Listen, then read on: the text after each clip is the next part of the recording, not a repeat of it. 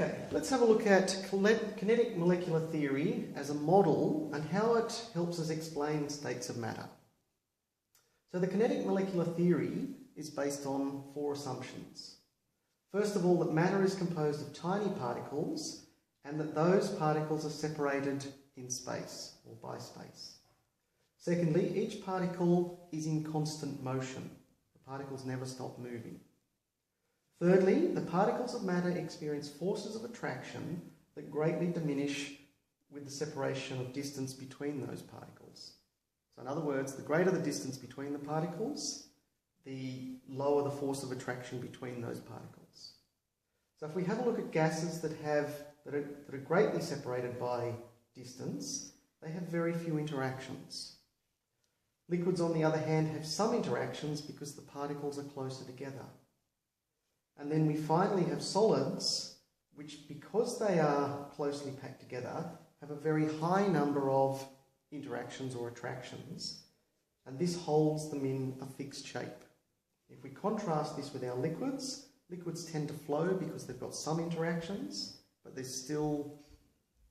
not as closely packed together.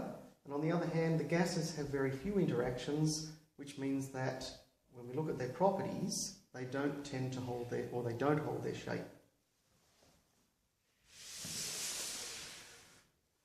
Fourthly, particles possess kinetic energy. And kinetic energy is defined as a half times the mass of the particle times its velocity squared. We also find that kinetic energy is proportional to temperature. So if we raise the temperature, we raise the kinetic energy within the particle. And kinetic energy is its motion, or energy that's derived from its motion. So if we raise the kinetic energy, we increase the motion of that particle. And if we do it to such an extreme level, so we increase it to an extreme level, the substance can actually change states. So we've got our 4 assumptions. Let's have a look at our states of matter now. Now there are 3 accepted or generally accepted states of matter. There's a 4th one that was defined and discovered in the 20th century. And then we have 2 other states of matter that have been more recently defined. The last 2 here deal with extremes of either temperature, in the case of the Bose-Einstein state, or in terms of density of particles, in terms of the neutron degenerate state. For this course, we won't be discussing these, and we won't discuss the plasma state either. Instead, we'll concentrate on solids, liquids and gases.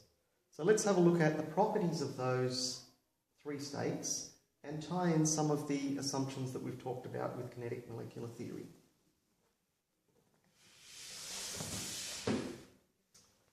So our solids have a closed, packed orientation in space.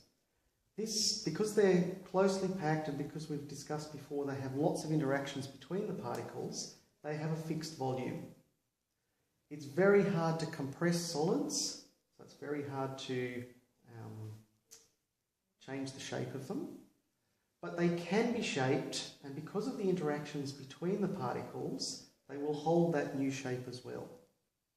Now, if we increase the kinetic energy of a solid enough, we can actually melt that solid to a liquid. On the other hand, if we cool a liquid, or we take the kinetic energy out of it, we can actually freeze that liquid into a solid. So let's have a look at liquids. Liquids have a fixed volume. They will take the shape of their container.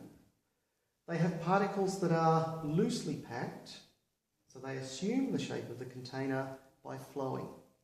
In other words, this flow mechanism allows some interactions so they can actually move away from each other, which is why they differ from the fixed volume of our solids, but not in the same way that gases can actually move. The other thing about liquids that they have in common with solids is very little compression of liquids. Now if we add enough, we raise the temperature of our liquid high enough, we can actually boil our liquid to become a gas. On the other hand, with our gas, if we reduce the temperature enough, we can condense the gas into a liquid. So gases have no fixed volume. And if we leave them, they will escape from where we want them to be, unless we have a container that's sealed. They have very few interactions, they fill the shape of their container, and they're very easily compressed. So we have one more set of terms that we need to go through. Some compounds and some elements will go straight from the solid to the gas form under normal conditions. So for instance, carbon dioxide or iodine, if we heat it, we don't see it transitioning through the liquid state. Instead, it goes from the solid straight through to the gas state, and that process is called sublimation. On the other hand, if we lower the temperature of gaseous iodine or gaseous carbon dioxide, we won't see it transition through the liquid state. Instead, it deposits, or the process is called deposition, straight through to the solid state.